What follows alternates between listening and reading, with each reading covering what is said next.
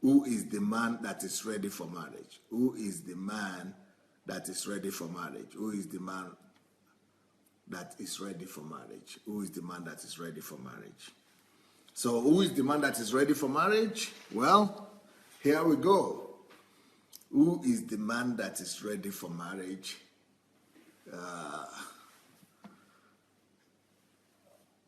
I have already spoken a lot in the morning about the fact that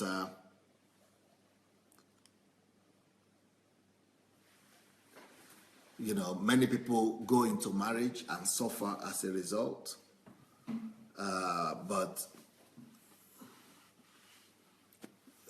But we want to avoid that, and so we are going to address this topic. So who is the man that is ready for marriage? What are the qualities that a man needs before he could say he's ready for marriage or he's not ready for marriage?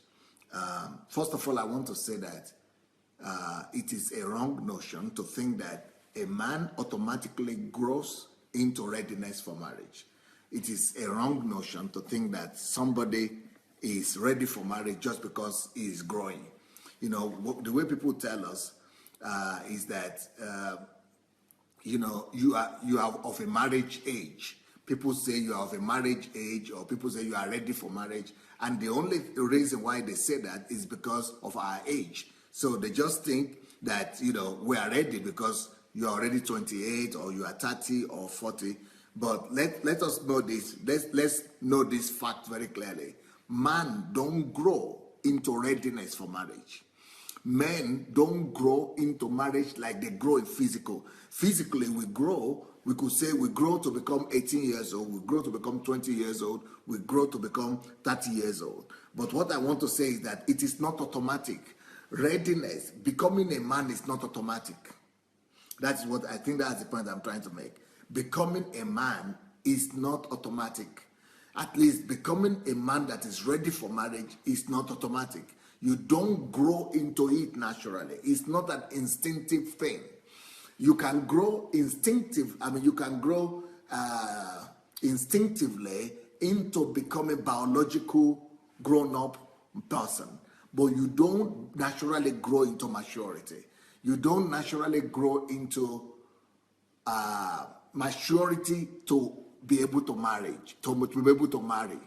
For you to be ready for marriage, you grow into it through hard work. You grow into readiness through hard work. You grow into maturity through hard work. You don't biologically grow into readiness to marry. So we cannot say somebody is of a marriage age. To say things like someone is of a marriage age is delusional and it's confusing. It's a big confusion. It will never work that way. So a person becomes a man that is matured for marriage out of the work he has done on himself. He must do some work on himself. In the physical, a man can grow in age to become 20, 50 years old, and we say, okay, he's having mustache and he's having gray hair, and we say he's old enough. But when it comes to marriage, it doesn't work like that. If you don't work on yourself to be ready for marriage, if you might be 50 years old and you are still not mature for marriage. You might be 40 years old and you are still not ready for marriage. For you to be ready for marriage, for you to be mature for marriage, you must grow from a boy to a man.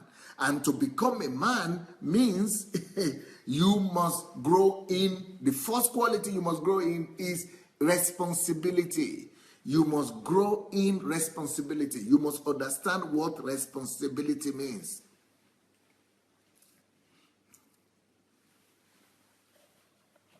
We must grow in responsibility. So it's the first thing that will make you to know that you are ready for marriage is how responsible you are.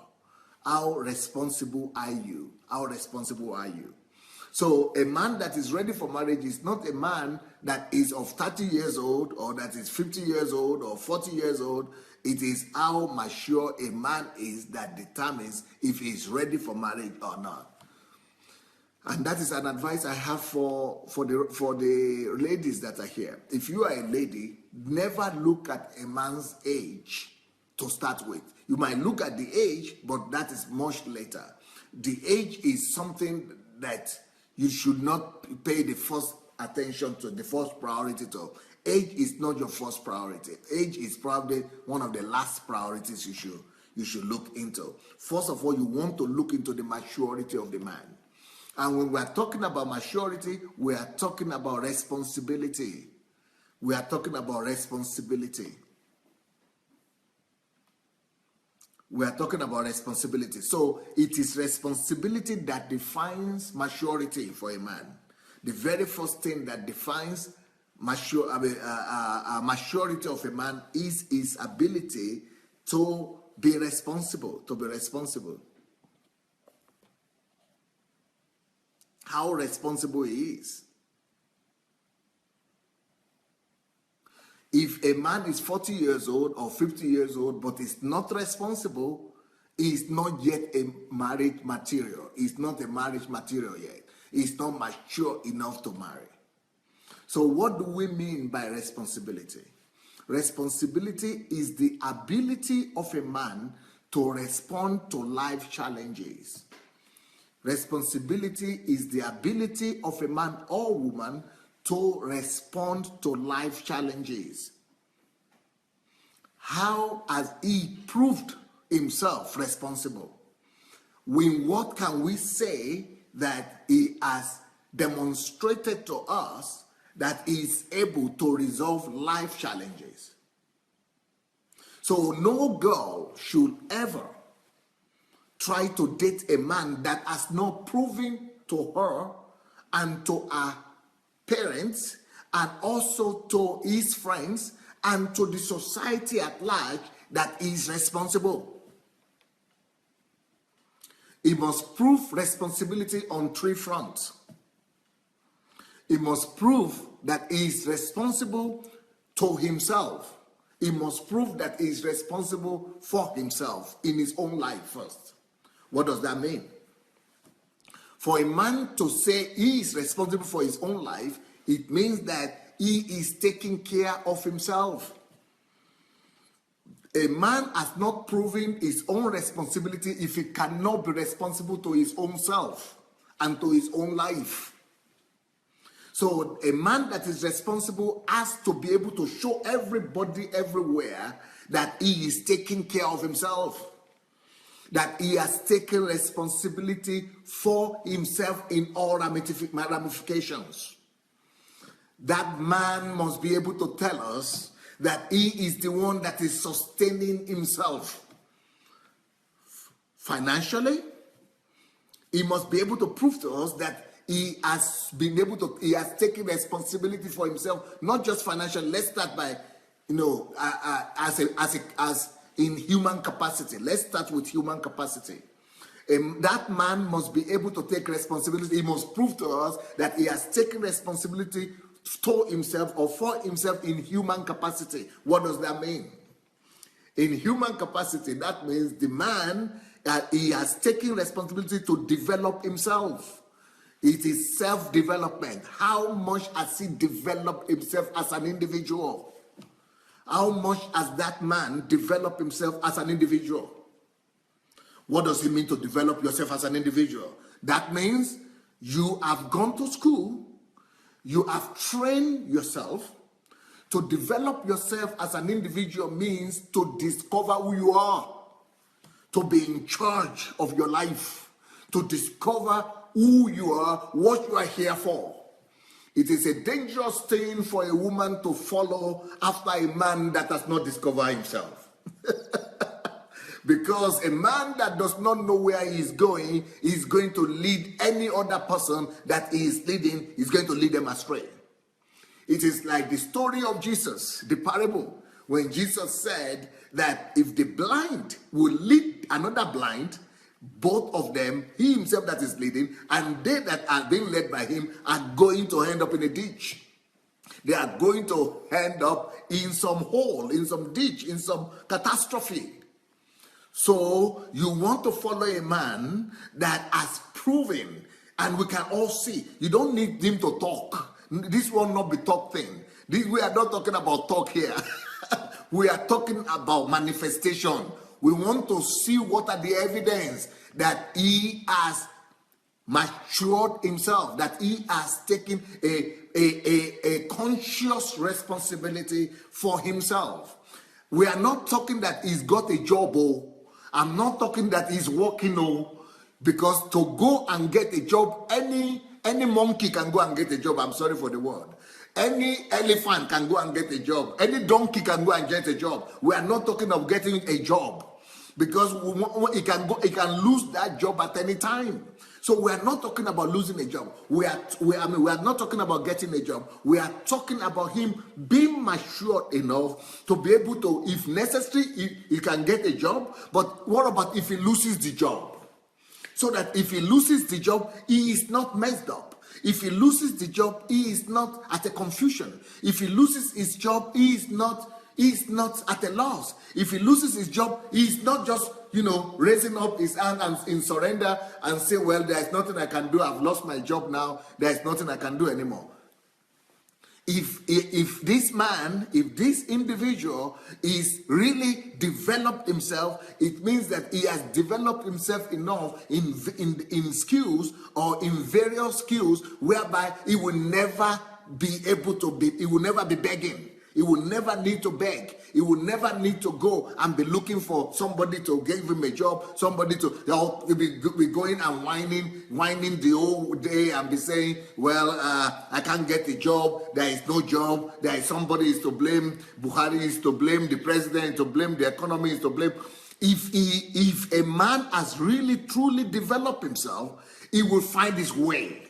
He will find a way to take care of himself. He will find a way to use his skills. He will have some set of skills that will allow him to become whoever he wants to become at any time. So the set of skills that this person has is what determines how mature he is. So for a man to say that he is ready for marriage, because for you to say you want to marry, it means you want to take responsibility for another woman, for another human being. For you, how can you say you want to take care of me if you have not taken care of yourself?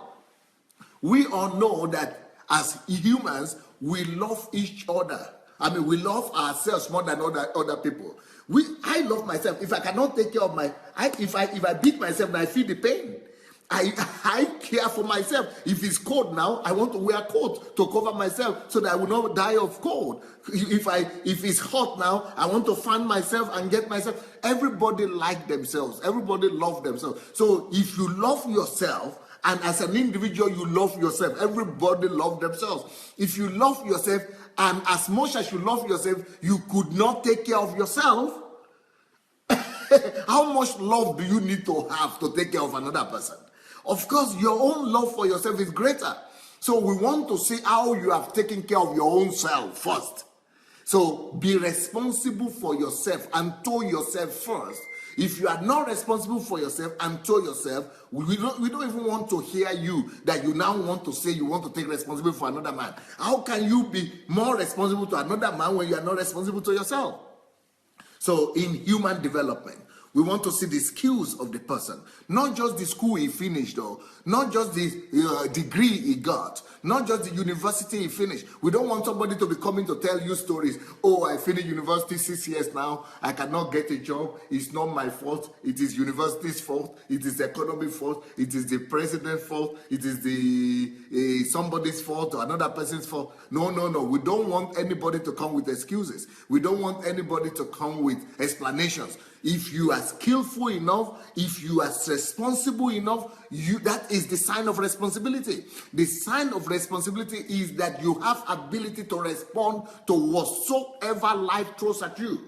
Responsibility is the ability to respond to whatever life will throw at you. It doesn't matter what life will throw at you, you are able to respond to it. So what are the abilities you have to respond? And these abilities you have to respond to life situations is what proves your readiness. So it's just like somebody say, I finished university, but I can't get a job. It means you are not responsible because you are now depending, you are hoping, you are not taking, your destiny in your own hands. You are not taking charge of your own life. You are saying, okay, I can't get a job. So you are waiting for circumstances to provide for you. You are waiting for situations to be favorable to you. You are waiting for something to happen somewhere so that you will be ready. You are waiting for somebody to provide for you. You are waiting for job to provide for you. You are waiting for some employer somewhere to provide for you. You are waiting for government somewhere to provide for you. You are waiting for somebody to go and build his own factory and then call you and be giving you salary. You are waiting for somebody to build his own business and then call you and be paying you salary. Why is it that you cannot build your own business and then call somebody and be paying them salary? Why is it that it's not you building your own business? Why is it that it's not you forming the factory? Why is it that it's not you starting your own project? Why is it that you cannot start your own restaurant, your own, whatever, do your own thing, start something? That is taking care, taking charge, being in charge of your life. If you are not in charge of your life, forget about marriage now. Forget about marriage, or you are not ready. Just leave that topic alone.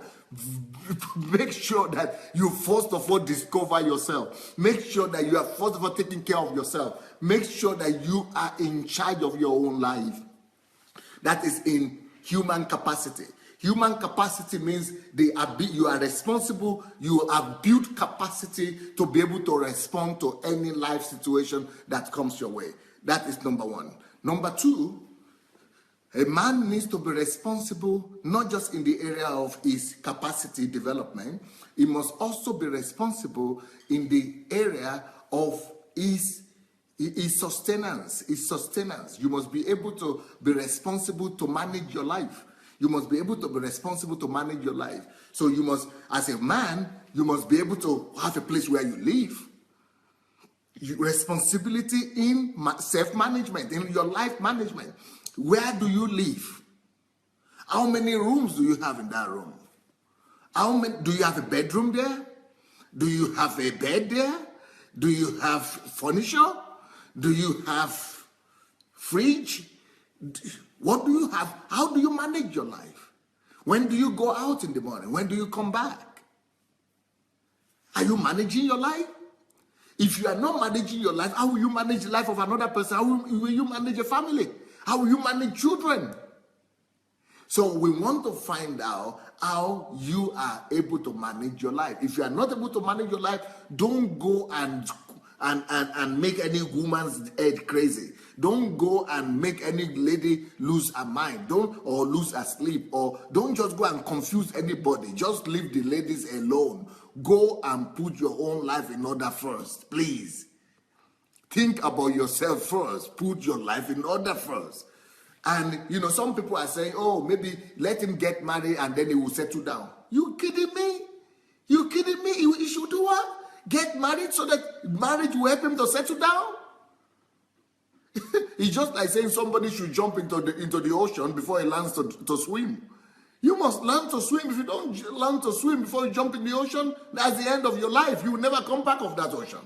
You are dead. You are a dead man. The same thing with marriage. If you want to get married before you get ready, before you settle down, then you want to turn the life of another human being into an experiment. You want to turn the life of that lady into a living experiment. You want to destroy her emotions. You want to destroy her peace. You want to mess up her life while you are experimenting and trying to become a man. So we want you to first of all go and prove that you can manage your own life first. For example, in our own church here, what I tell people, the men, is this: don't even come to me to ask for any lady's hand if you don't. In our own country here, this is the minimum. This is what the standard that I've said. If you don't make $2,000 a month, if you don't have income that is $2,000 or over $2,000 a month, don't even look at any girl's direction at all. That's number one. That's just number one.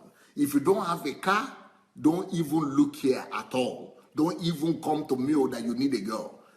Number three, if you don't have an apartment that is rented at least for a year or 2 years, or that is your own apartment or your own house, you don't have anything doing looking the direction of any girl. So those three things are compulsory for people to say they are ready to marry in our family, in our church.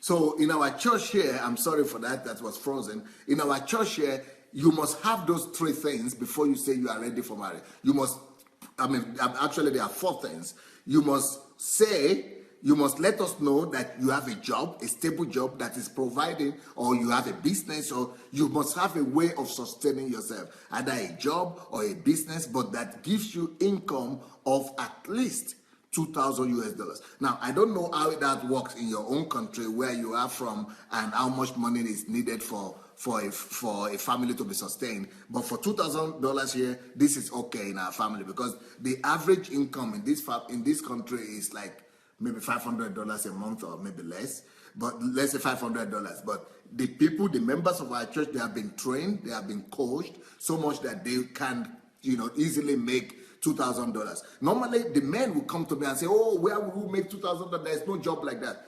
And we will take them and associate them with other men of God, with other men in the church who are doing well, and we will now tell the men to show them and coach them on how to make $2,000 easily, and say it is possible to make $2,000, and you can even make more than $2,000 if you want, and so we prove to them that it is possible, and we show them how to do it, so that they don't come with some excuses that I cannot make $2,000. We say, okay, you want a job for $2,000? Let's help you get a job. So we actually prove to them that they could make $2,000 a month.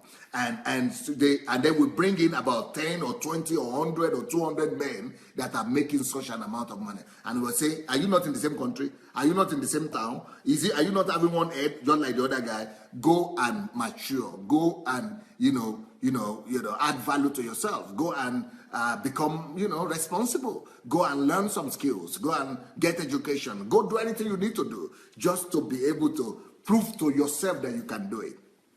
Today, so many men are grateful that such a stringent condition was given in the first place in our church. So before, they will, be protesting and say, "Oh, nobody would not have any, we will never marry, or we don't have this, we don't have that." But later on, when they see that it's serious and that nothing is going to work out until they do this, so they begin to go and take it serious and begin to work on themselves and become better. So why do we now? I always have opposition from men. Men always say, "Why is car so important? Why is apartment so important? Why 2,000? Maybe 1,000? Maybe 1,005? Maybe less? Maybe what about if this? What about if that? What about why figures? Why material things? What about if I'm good? What about if I'm kind? What about if I'm spiritual, but I just don't have material things? Why is it material things? Why should it be material things?" And then some of them come up with an argument and say that, "Oh, you are teaching the ladies to be," what is the word we have a word in Russia that's called karesne. That is in English, that would be like to be after material things. You are teaching women, the ladies in the church, to be after material things. So they are not after marriage. They are not after me, who I am. They are after what I have. So you are teaching your ladies to be after material things, not after, my quality, who I am. I'm a good person. I'm a Christian. Then you want them to be materialistic. I said, okay, this is not about materialistic. This is not about materialistic. And I sit them down. I say, okay, let me prove to you that it's not about being materialistic. It's all about you. We want to, so the argument that I use is this, and I think you should listen to this properly. What I tell the men is this: it is not about being materialistic. It is not about, being worldly or anything like that. I said, marriage is a serious business. So I asked them one question. I say, you tell me, what is more valuable? The lady you want to marry, a whole human being, is that more valuable? Or the family you want to build, is it more valuable, or is the car that is more valuable? Which is more valuable, car or family? What is more precious? Is it the human being, the lady you want to marry, or the car? Oh, they say, okay, the lady. Okay, the lady is more valuable. If she's more valuable, and you cannot make $2,000 in a year, in a month, and you cannot gather all your life, you'll be living in this world for 20 years or 30 years or 25 years, and you cannot gather money for a car.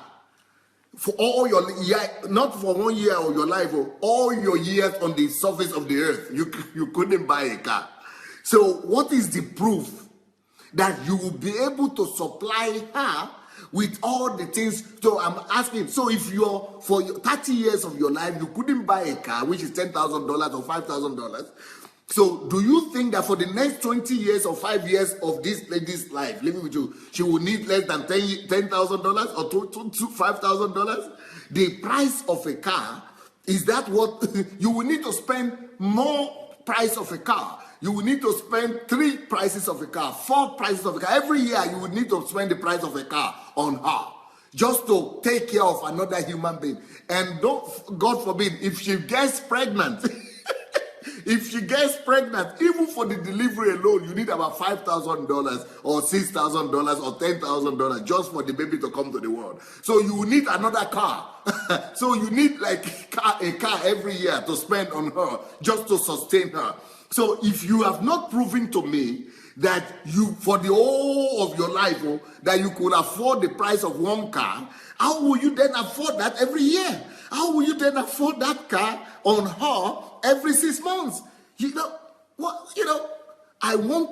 I tell them, the only thing I want you to prove to me is that you, in your own life, you have mastered the act of solving problems. If you have not mastered the art of solving problems, if you have not mastered the act of solving people's problems, if you have not mastered the art of resolving your own problems, if you have, life is a problem. It's an art of solving problems. If you have not mastered the art of solving your own problem, how will you say you are ready for marriage, and then you'll be ready to resolve the problem of another person?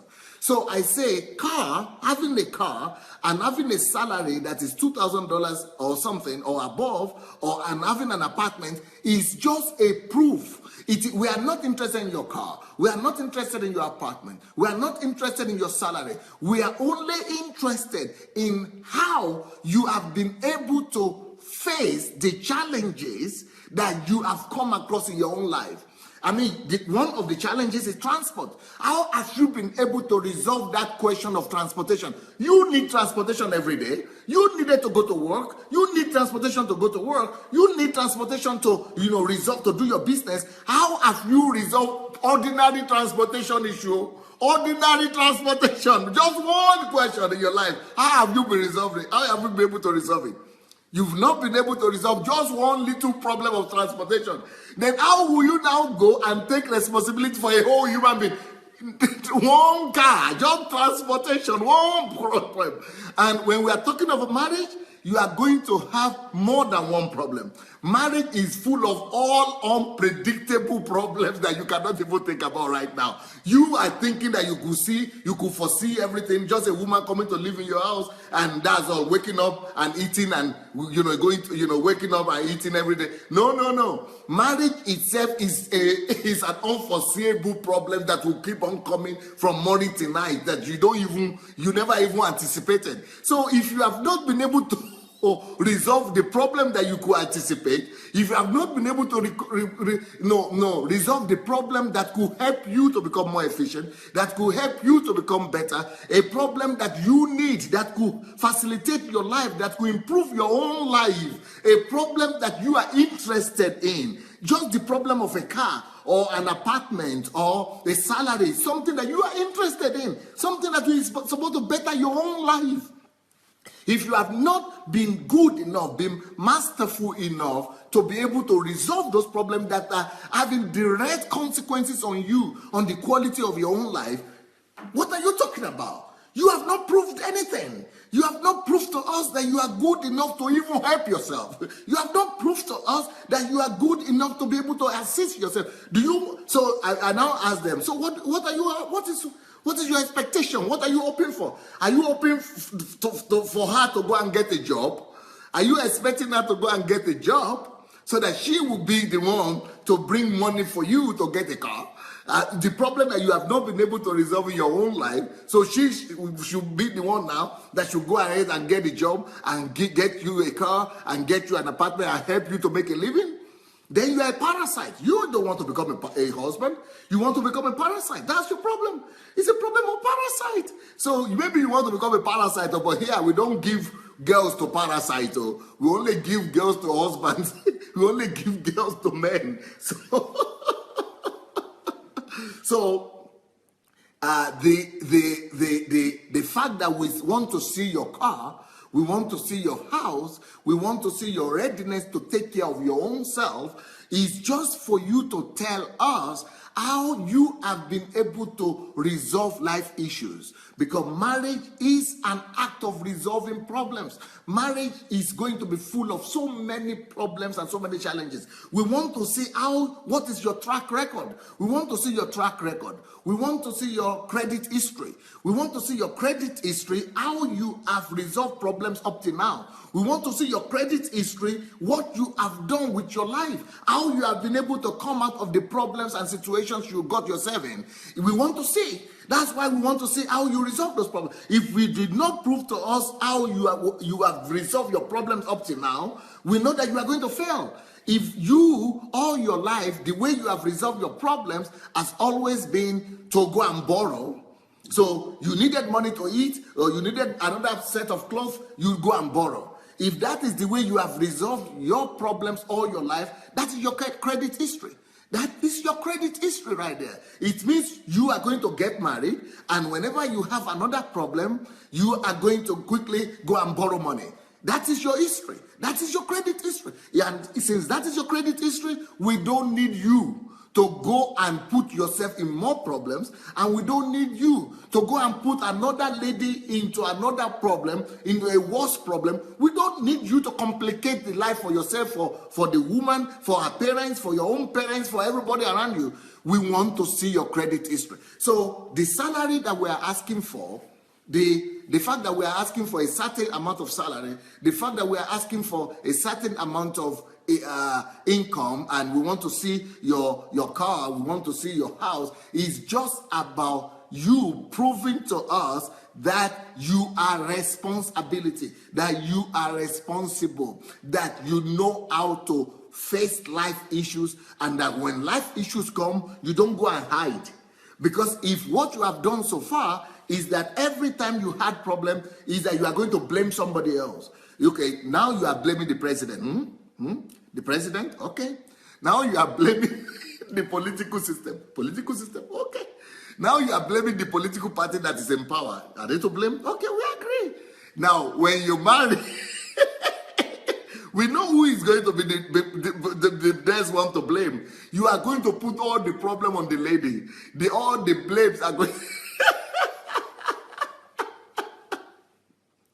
all the blames are going to be on the lady. All the blames are going to be on the lady. We know you are going to blame. Before, maybe you are blaming your parents. Oh, they didn't send me to good school, or they didn't do this to me. They didn't give me house. They didn't give me a car. They didn't give me school fees. They didn't give me this. Okay. Since your parents are the ones you are used to blaming all your life, your parents will be happy now that now, thank God, you will not have them to blame. You have a woman now to blame. So you are now going to be blaming the lady. The lady is going to you're going to turn her life to hell. You're going to turn her life to hell. We don't want that to happen. So for you not to turn the life of the woman to hell, for you not to begin to blame her, because that is the way you've always come out of your situations, that's the way you've always come out of your problems, we don't want that to be the situation. But if the way you've always resolved your problem is that When there is a crisis, you go to find a way to resolve it. You go to work, you go to do what you need to do. We know that you are capable. We know that no matter what you will face, no matter what that lady will face with you, we know that you will come out of it, victorious. We know that you will come out of it on top, because your history tells the story. Your history tells us that you always come up on top. No matter where you go to, no matter where you go. Some people say we cannot find job. But in that same country, there are people who are finding job. So if there are other people finding job and you are the only one who cannot find job, we know your story. We know your history. We know your story. You will find an excuse why you cannot take care of her. You will find an excuse why you couldn't find a job to send your children to school. You will find an excuse why you couldn't get a job, because job will be the one to blame. Salary will be the one to blame. Economy will be the one to blame. Buhari will be the one to blame. We don't want that to happen. So you first of all go and resolve your problem on your own, JJ. Just go. Just go and resolve your own problem. Yes. Finish. When you finish your own issue, when you have resolved your problem, when you have proved to us that you are able to resolve the housing problem, the car problem, the salary problem, at least, and you are able to resolve the problem of managing yourself and taking care of your surrounding, taking care of your parents, taking care of your own family, taking care of your relatives. When you have resolved that, and we can see it, that you have really resolved that, now you can come and say you want to approach a lady. Okay, we love you, brother. We love you. We love you, but we need to see that responsibility. Yeah.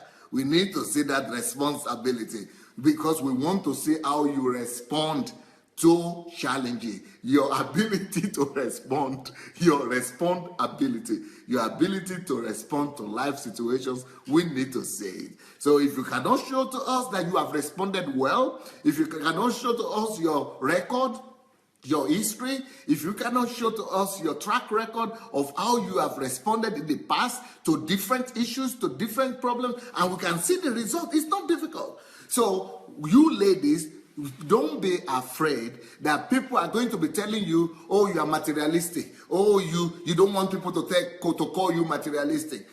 Please, don't be afraid of people calling you, materialistic, or people saying that it's your life. You better be materialistic now. I personally, what I tell my ladies in the church is this: it is a foolish woman that will go and marry a poor man and say, well, by the grace of God, we are expecting, maybe God will do a miracle. Who knows? God can do anything. And some people now are celebrating that and making that to be a big thing. She picked me up. Or she married me when I didn't have anything. I was jobless. I was as if that is an achievement on its own. That you are jobless, that you didn't have anything, that somebody went to marry you when you didn't have anything, as if that is something to celebrate, instead of it to be something for you to be ashamed of, that you didn't have anything and you had the courage to go and to ask somebody to marry you. It's a sign of irresponsibility. So when people say, even girls, there are ladies in our church here, there are women who say, Pastor, I don't want them to think, I'm trying to talk to him about where we are going to live. I'm trying to talk to him about, what about if we get pregnant, we need another car, or we need a car, we need a home, or we need more salary. I'm trying to talk to him, but I'm afraid because he's saying, you are just talking about money. You are just talking about money. I don't want them to think I'm just talking about money, and I don't want his friends to think I'm just thinking about money. I don't want his parents to think it's just about money. It's not about money. I don't want them to think bad about me. Wait, it's your life, girl. It is your life. It is your life. You better tell them your minimum. You must have a minimum. Don't listen to all those stories about small little beginning. Let that little beginning begin with its own self first. Let him have his own little beginning. You have your own little beginning. Then when it must be a satisfactory beginning. It shouldn't be the unsatisfactory beginning. No, no, no. Let him prove to us with his own little beginning. Why should we wait for you to have little beginning? I mean, what is it, small beginning or little beginning? You don't don't let him use you as the experiment for little beginning. Do your own little beginning separate, and let her do her own little beginning separate as well. He must be able to prove to us what he has done. He must be able to prove to us what little beginning he has done. And is that little beginning satisfactory or is not satisfactory? If the little beginning is a little beginning of failure, a little beginning of bad credit history, a little beginning of shame, a little beginning of borrowing, a little beginning of depending on other people's squatting and living on other people's salary and blaming other people, if that is his own little beginning, we are not interested in that little beginning. Let him prove that little beginning with results. We want to see results. So you ladies, don't buy into all those manipulations. Or they will be telling you all kinds of stories. Dangote found the wife of Dangote found him when he was poor. The wife of Bill Gates found him when they were students. They didn't have anything. They didn't do this. Okay, we know.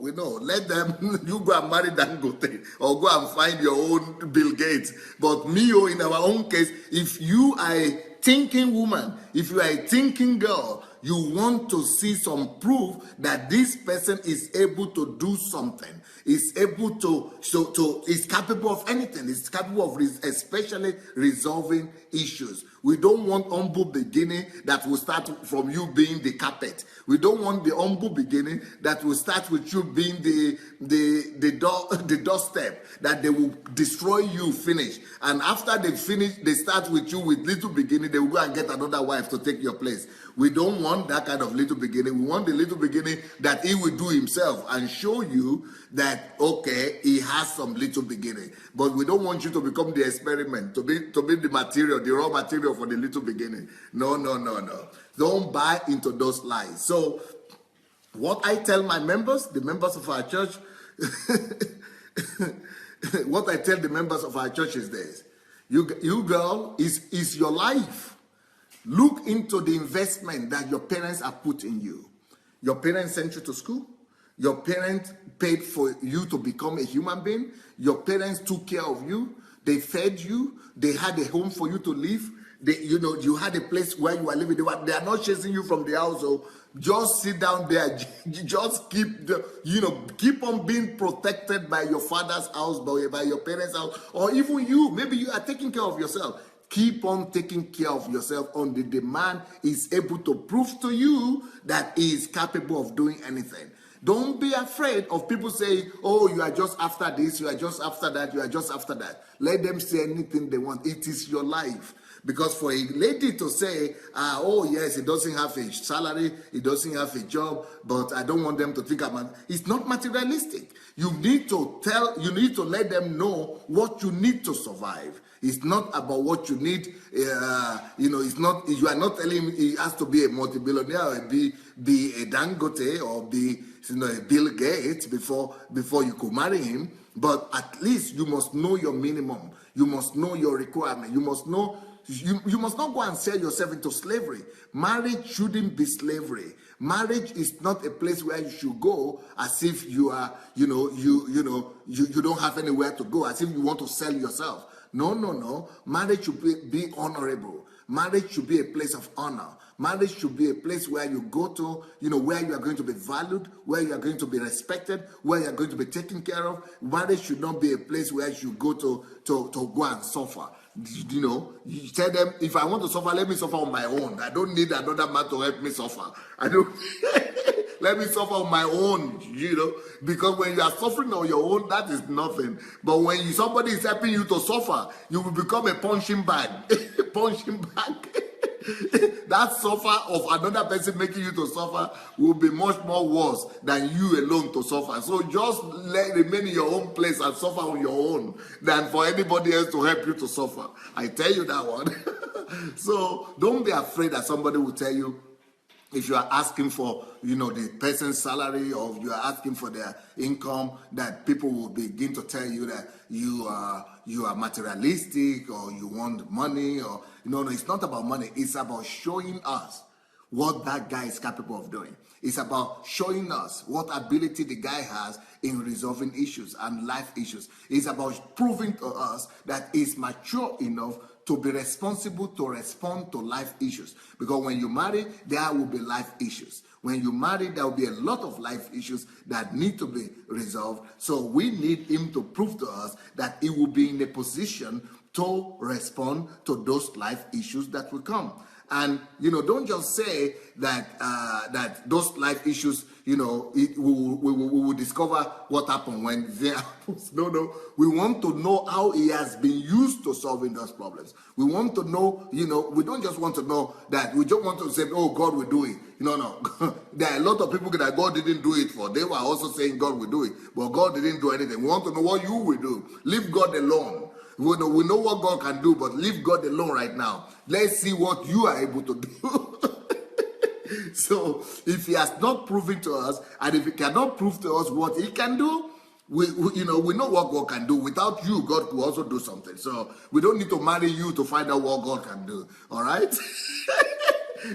God could do it all by herself when she's living by herself. Not necessarily getting married to you to later be believing God that God will do it. No, we know God will do it, yeah. But we want to know what you will do. We are asking about you now. This talk is about you, it's not about God. You are not going to live with God, you are going to live with the person. Because even now you have God. So you don't need him to get to know what God could do. You can know what God could do by now by yourself. So anyway, apart from responsibility, the next thing that a man that is ready to marry should be able to demonstrate is, for a man to say he's ready to marry, if you are here and you're a man, you must be able to tell us that, I don't know how to say this for the Nigerian people and African people who are here.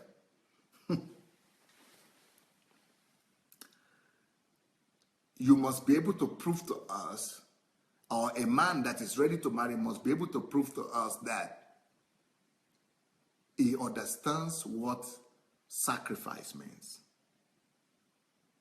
For a man to say he's ready to marry, he must be able to demonstrate and prove to us what sacrificial love means. You must be able to sacrifice. If you cannot sacrifice, if you only love egoistically, most men that want to marry, they are thinking about what they will get from that marriage. They are only thinking about how to use her, how our legs are good, how our breasts are good, how our face is good, how our lips are good, and how she's beautiful, and how they are going to sleep with her in the bed. But that is all taken. That is all taken from her. We are not talking about taking from her now. Apart from taking from her, can you love her enough to sacrifice anything for her?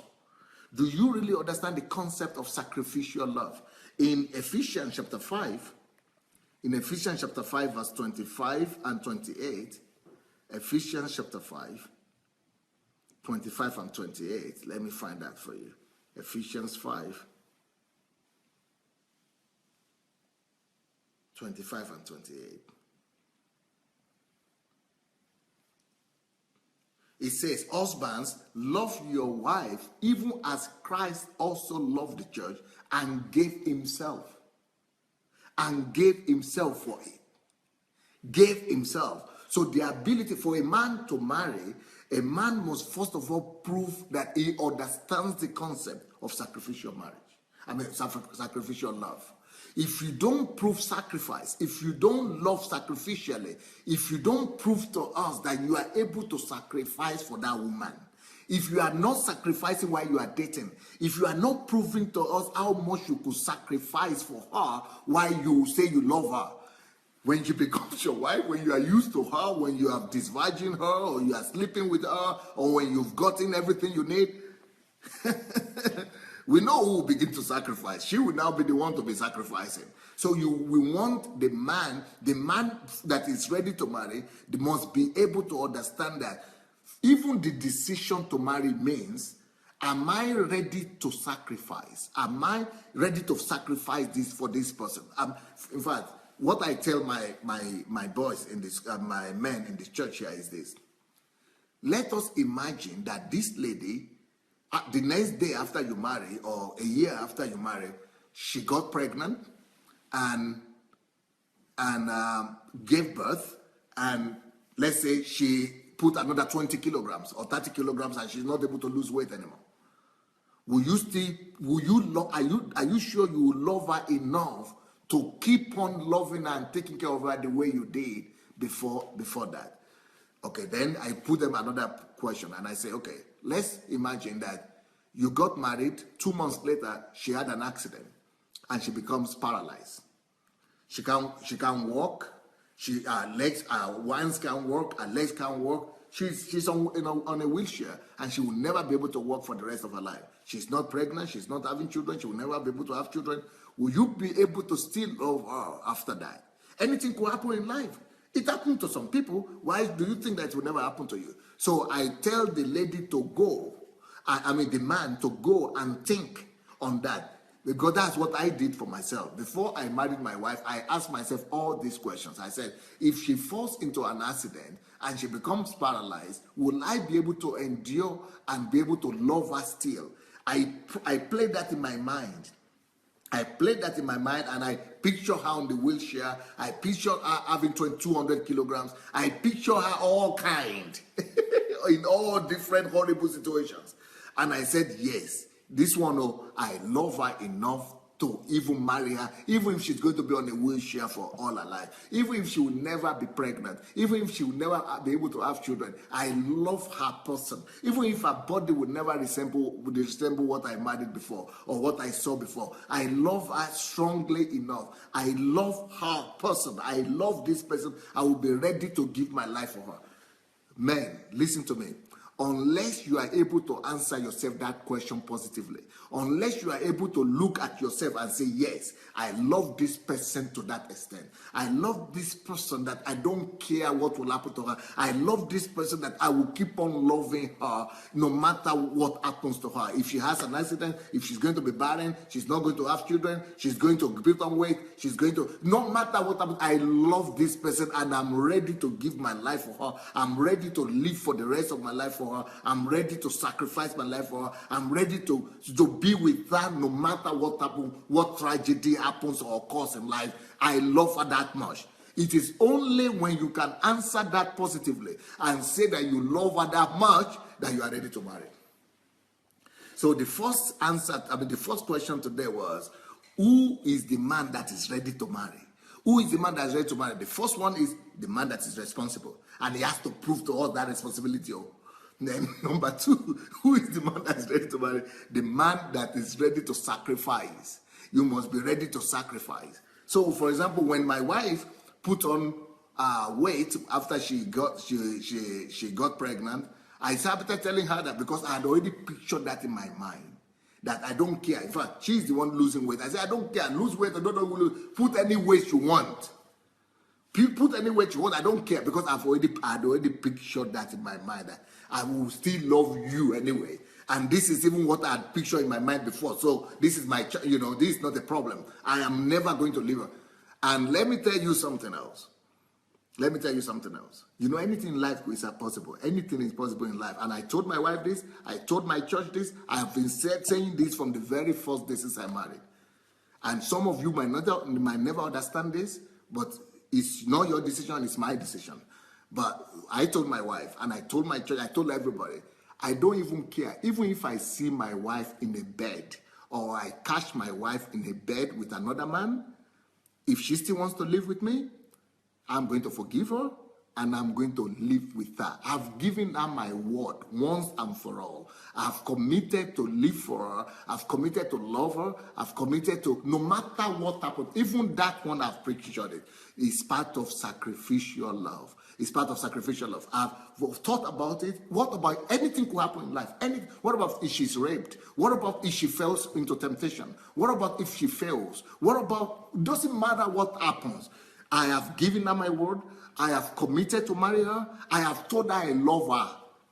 Okay, now, if I now say, somebody could say, but Pastor, how could you do that? If you meet her with a man, what about if she does it again and again? I don't care how many times she does it, though, because the Bible has said that if your brother will sin against you, how many times? 70 times, 7 times, that is like 490 times in a day, you have to forgive them. So will I now say I'm ready to forgive my brother in the church or somewhere, and I'm not ready to forgive the woman that I said I love, the woman that I said, that is my love, is my lover, that I'm ready to give my life for her, for better or for worse. What is that excuse?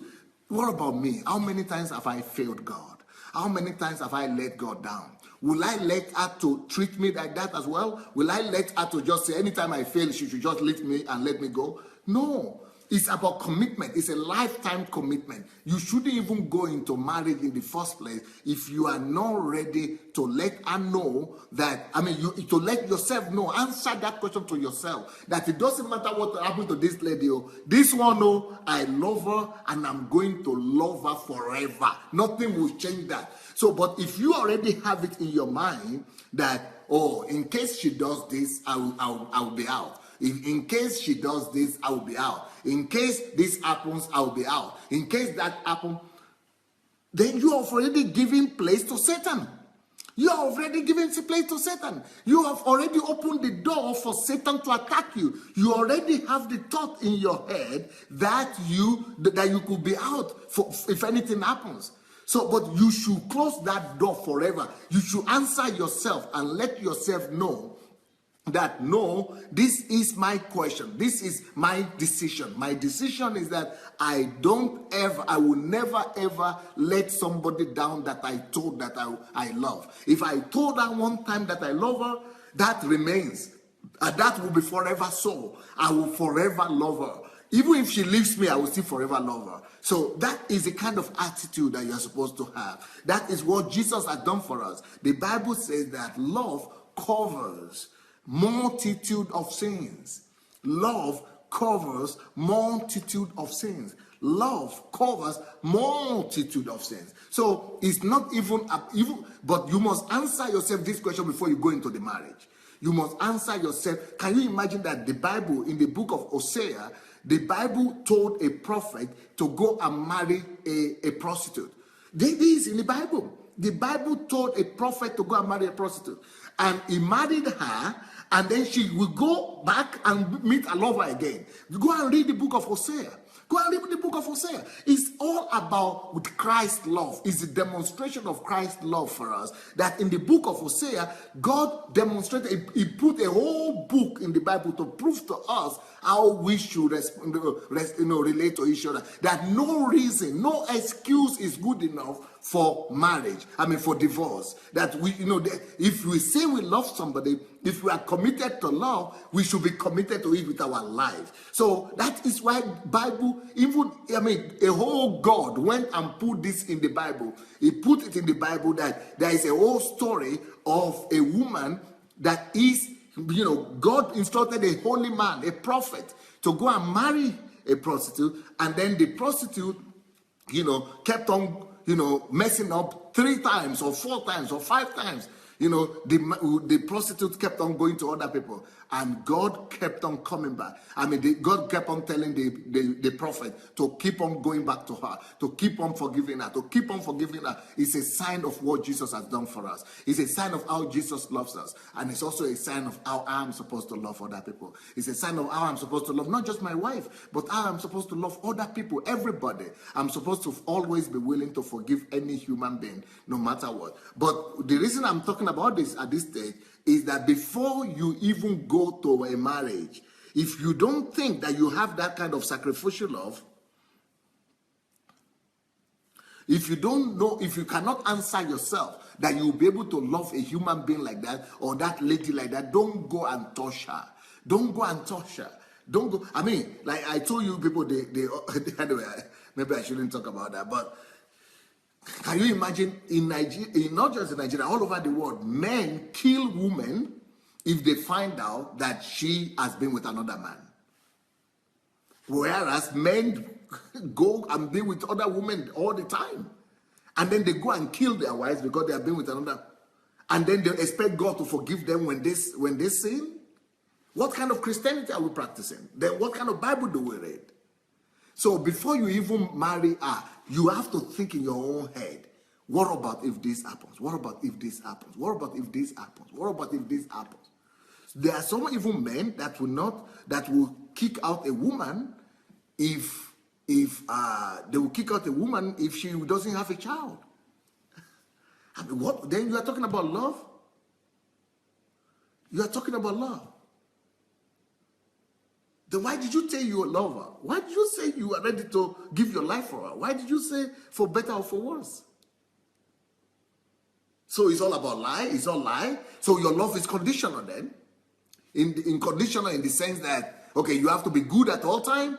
So what will be the next condition? So the first condition is she was not having a child. So you have an excuse to let her go. What about if you come tomorrow with another condition? Maybe she has rashes in her body tomorrow. So she has to go. Maybe she lost too much weight. So she has to go. You have a reason. You have an excuse, right? Then she has to go. Maybe she put on too much weight tomorrow. Then you have to let her go, right? Because you have an excuse now. Or she was with another man, or she just looked at another man's direction, or somebody just touched her or held her or hugged her. Now she has to go, right? So you have an excuse.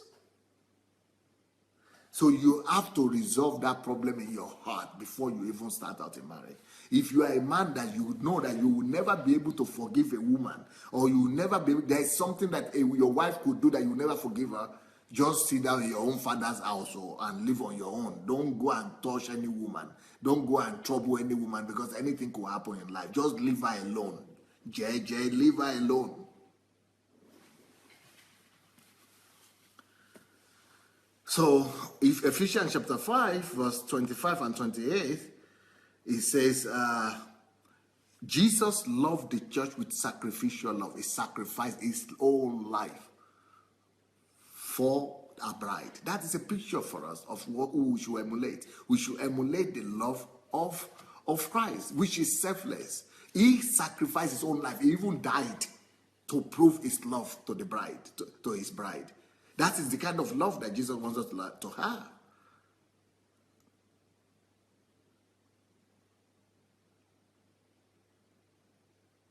And the Bible says we are his members, members of his body, his flesh and his bones. We are supposed to be loving our spouses like he loved the church. Like he loved the church. So he's our example. He's our ultimate example. Let me give you one more point before I go. The last point, who is ready to marry? Who is ready to marry? So the first thing is that a man that is ready to marry must be responsible, and he must prove his responsibility. He must have a track record of being responsible.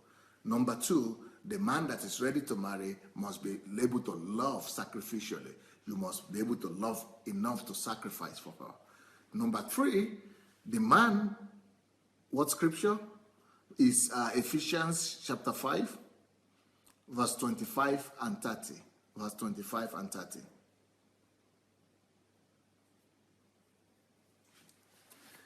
The next and final point that I want to make today,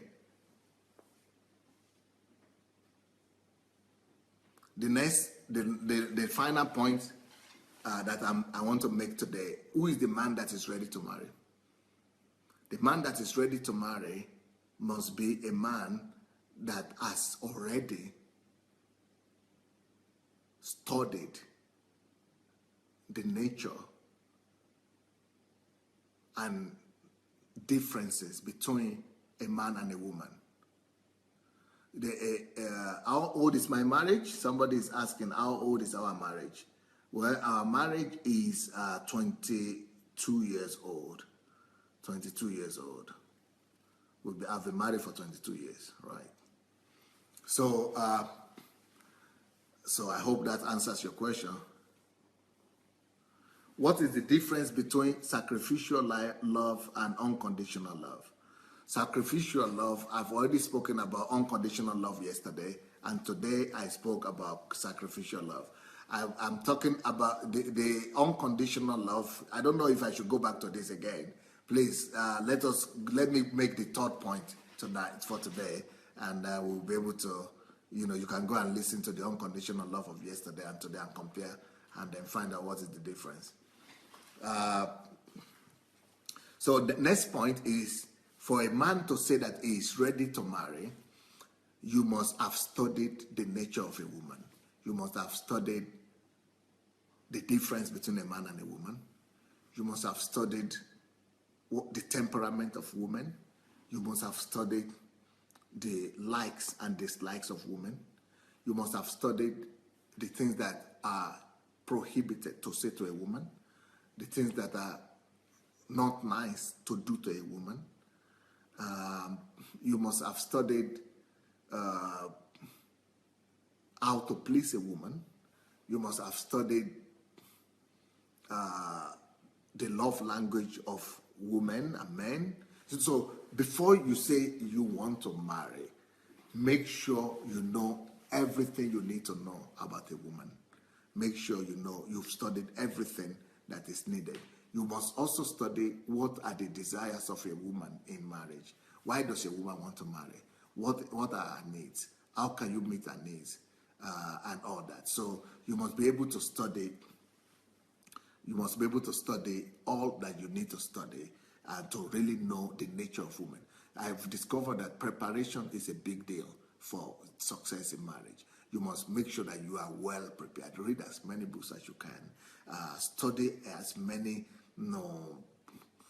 literature as you can as to who women are, what are their needs, what are their desires, what are the changes that happen to them when they marry, what are the changes that happen to them when they are pregnant, what are the changes that marry to them after pregnancy, what are the changes that happen to them when they give birth, what are the changes that happen to them when they are, when they put on weight, when they're losing weight, what are the, hormones differences and hormones changes that happen to them, during the time of, different times and stages of their life, and what is the nature of their, menstruations, and what are the, things you should pay attention to during menstruations, what are the changes that happen to them during menstruation, how does it affect their behavior, how does it affect their reactions, and how does it affect their mood, and how should you respond to all those changes that are happening to a woman? How should you respond to the changes that happen to her when she's pregnant? How do you respond to the changes that happen to her when she's delivered? Why should you be with her during delivery? Why should you be with her and get ready to be there during preparation for delivery and all that? So you must know everything that is necessary to know about the lady about the woman, before even you approach her. You must make sure that you study all that you need to study about women in general before you even go to. Just for you thinking about a woman, you must already go and study about that. And then in our own church here, we have a whole system. We have a whole system of preparation. So we prepare ladies and men for marriage. We have 120 questions that both men and women must answer before marriage. So we have HMT specially for people who are not married and who are planning to marry. We have HMT especially for men who are planning to marry, for them to know who a woman is and how to treat a woman. We have HMT for women as well who are getting to marry, who are planning to marry. And then we have HMT for people who are already married.